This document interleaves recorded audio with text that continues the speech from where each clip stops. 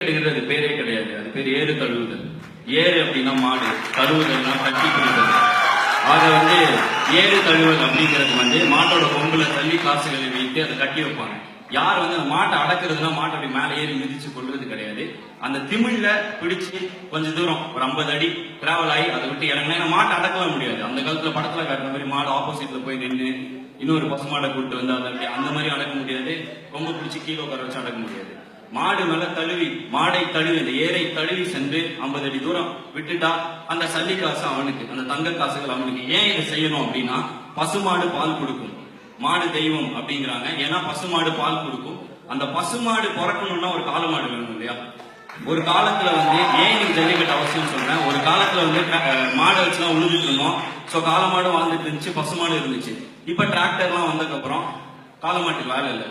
பாதி மாடு ஏற்கனவே அடிமாட்டுக்கு போய் ஃபாரினுக்கு பீஃப் எக்ஸ்போர்ட் ஆயிடுச்சு. மீதி இருக்கிற ஒரு காளமாட்டை வளர்க்கணும்னா பசுமாட்டை விட அதிகமா செலவாகும்.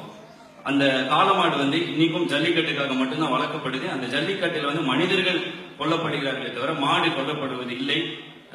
அப்படிங்கிறது நான் உங்களுக்கு ஒரு வியூ இருக்கும். என்னோட வியூ நான் சொல்றேன். இதை ஏத்துக்கிறேன்னு ஏத்துக்கல போராட்டே நீங்க விட்டுலாம்.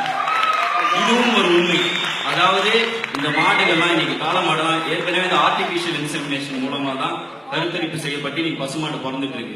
இந்த ஆர்டிபிஷியல் இன்செமினேஷன் அப்படிங்கிறது ஆர்டிபிஷியல் சீமென்ஸ் இது பண்றது. ஏன்னா இன்னைக்கு காளை மாடுகளே இல்ல. 10 வருஷம் முன்னாடி மொத்தம் 9 லட்சத்தி எவ்வளவோ காளைகள் இருந்தது. இன்னைக்கு மொத்தம் 90,000 காளைகள் கூட இல்ல. அதாவது அதோட 10% தான் இருக்கு. இனியே ஒரு 5 வருஷத்துல ஜல்லிக்கட்டு தடை. அதுவும் அந்த காளைகள் எல்லாமே ஜல்லிக்கட்டுக்கு வளர்க்கப்படுற காளைகள். ஏன்னா இனிமேல் மாட்டுக்கு டிராக்டர் தான் வந்துருச்சு. இனி மாட்டுக்கு வேலை இல்லை. சோ இப்படி இருக்கிற காளைகள் மூலமா உற்பத்தி செய்யப்படுகிற பசுக்களுக்கு பயங்கரமான ஒரு ஜெனட்டிக்கல் இம்யூனிட்டி ஸ்ட்ரென்த் இருக்கும். அதனால அது கொடுக்குற பால்ல புரோட்டீன் அதிகமா இருக்கும். அந்த புரோட்டீன் உங்களுக்கு டயாபெட்டிஸ் இந்த மாதிரி பல விஷயங்களை தடுக்கும். சோ இன்னைக்கு பாத்தீங்கன்னா நம்ம தமிழ்நாட்டு மாடு பிரேசில்ல ஒரு மாடு $பல மில்லியன் விலை போயிருக்குன்னு நீங்க பேப்பர்ல படிச்சிருக்கலாம். சோ ஜல்லிக்கட்டு அப்படிங்கிறது ட்ரெடிஷனை தாண்டி இந்த மாதிரி ஒரு விஷயம். அதாவது ஒரே ஒன்று சொல்றேன், கல் தோன்றி மண் தோன்றா காலத்தை முன் தோன்றிய மூத்த குடி நம் தமிழ் குடி. எல்லா விஷயத்துக்கும் ஏதோ ஒரு சயின்ஸ் பின்னாடி ஒதுக்கிட்டு இருக்கு. நீங்க இந்துவிசம் மதம்லாம் பார்க்காதீங்க. மதத்திற்கு முன்னாலே தோன்றியது நம் தமிழ். ஆக அராப்பா மகஞ்சதாரோ காலத்துல பாத்தீங்கன்னா அந்த காலத்திலேயே ஒரு காலமாடோட இது அவங்களோட காயின்ஸ் எல்லாம் இருந்திருக்கு. சோ அந்த இன்ஸ்கிரிப்ஷன்ஸ் எல்லாம் நீங்க பார்த்திருப்பீங்க. ஆக மாடு அப்படிங்கிற ஒரு விஷயத்த மனிதன் தன் வாழ்க்கையில் ஒரு பகுதியாக வளர்த்திருக்கான். இன்னைக்கும் மதுரைக்கு போய் பாருங்க. வீட்டு மாட்டுக்கு நாங்க போய் பார்த்துட்டு வந்தோம் ஜல்லிக்கட்டு பத்தி தெரிஞ்சுக்கிறதுக்கு.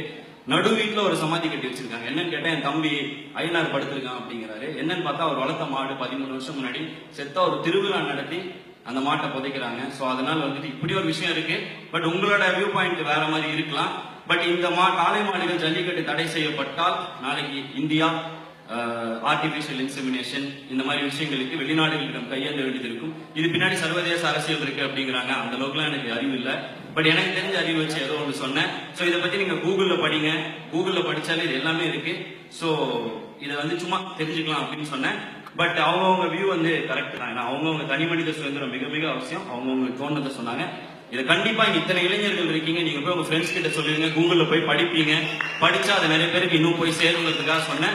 தயவு செஞ்சு பெர்ஃபார்ம் பண்ண வேண்டிய ஓவரா பேசுற இடம் அப்படின்னு நினைக்கிறேன்னா கண்டிப்பா இதை மற்றவங்களுக்கு பகிருங்க. Before I leave I would always say 1000 மொழிகள் கற்றாலும் எத்தனை மொழிகள் வந்தாலும் ஆங்கிலம் நமக்கு சோறு போட்டாலும் தமிழ் நம் அடையாளம்.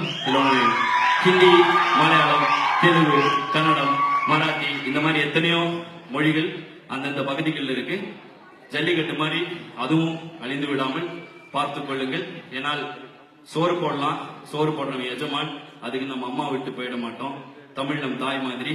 அதனால் தமிழன் என்று சொல்லடா. இங்கிலீஷ் பேசினாலும்